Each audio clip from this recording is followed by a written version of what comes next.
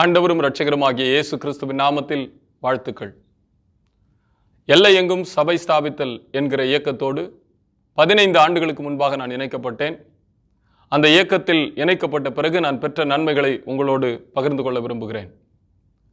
15 ஆண்டுகளுக்கு முன்பாக எல்லை எங்கும் சபை ஸ்தாபித்தல், தேசமெங்கும் சுவிசேஷ மயமாகுதல் என்பதை குறித்து போதிக்கப்பட்டேன். அதை கேட்டு அறிந்து கொண்டேன்.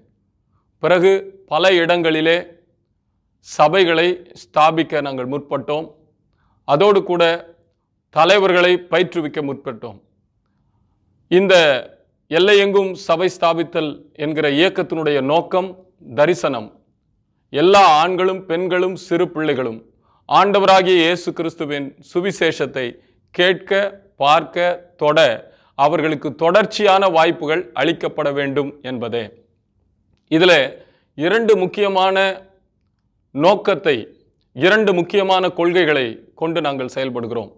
முதலாவது, தேவன் என்ன செய்ய விரும்புகிறார், அவர் செய்ய நினைத்தது நிறைவேறினால் அது எப்படி இருக்கும்? இந்த 2 கேள்விகள் கேட்கப்படும். முதலாவது, தேவன் செய்ய விரும்புவது எல்லாருக்கும் சுவிசேஷத்தை கொண்டு செல்லுவது. இரண்டாவது, அதை அவர் செய்து நிறைவேற்றினால் அது எப்படி இருக்கும்? தேசமெங்கும் சபைகளால் நிரப்பப்பட்டிருக்கும்.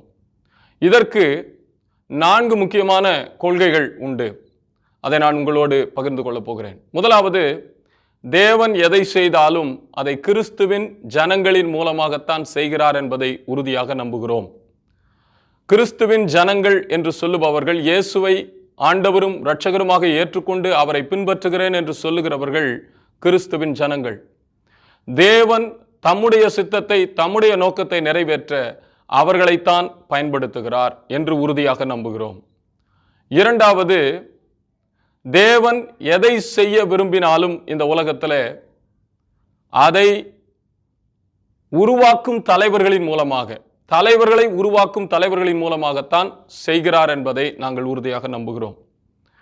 அப்படியானால் இந்த தேசமெங்கும் சபைகள் இருக்கிறது, சபை தலைவர்கள் இருக்கிறார்கள். அவர்களை உருவாக்குகிற பணியை செயல்படுத்த வேண்டும். அவர்கள் மற்ற தலைவர்களை உருவாக்க வேண்டும். அப்பொழுதுதான் இந்த தேசம் சுவிசேஷத்தினால் நிரப்பப்படும் என்பதை உறுதியாக நம்புகிறோம். அதோடு கூட மூன்றாவதாக, பன்முகப்படுத்தப்பட்ட அமைப்பு. எல்லா ஜனங்களையும் ஒரே இடத்திலே கூட்டுவதை காட்டிலும் ஆங்காங்கே அவர்கள் இருக்கிற இடங்களிலே ஜனங்களை சந்தித்து அவர்களுக்கு சுவிசேஷத்தை எப்படி கொண்டு செல்லுவது என்பதை நாங்கள் உறுதியாக நம்புகிறோம், அதை போதிக்கிறோம். நான்காவது முக்கியமானது, எல்லா ஜனங்களையும் சந்திப்பதற்காக, சுவிசேஷத்தினால் அவர்களை சந்திப்பதற்காக நம்மை போன்ற தரிசனமுடைய தலைவர்களை சந்தித்து, அவர்கள் ஒருவேளை வேறு மாவட்டங்களிலே இருக்கலாம், மாநிலங்களிலே இருக்கலாம், வேறு தேசங்களிலே இருக்கலாம், அவர்களோடு இணைந்து எப்படி பணியாற்றுவது என்பதை கண்டுகொள்கிறோம். இப்படி இந்த 4 முக்கியமான கொள்கைகளை கொண்டு தேசமெங்கும் சபைகளை ஸ்தாபித்து, தேசமெங்கும் சுவிசேஷத்தை அறிவித்து, தேசத்தை சுவிசேஷ மயமாக மாற்றுவதற்கு முற்படுகிறோம்.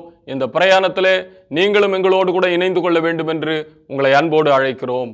கர்த்தர் உங்களை ஆசீர்வதிப்பாராக.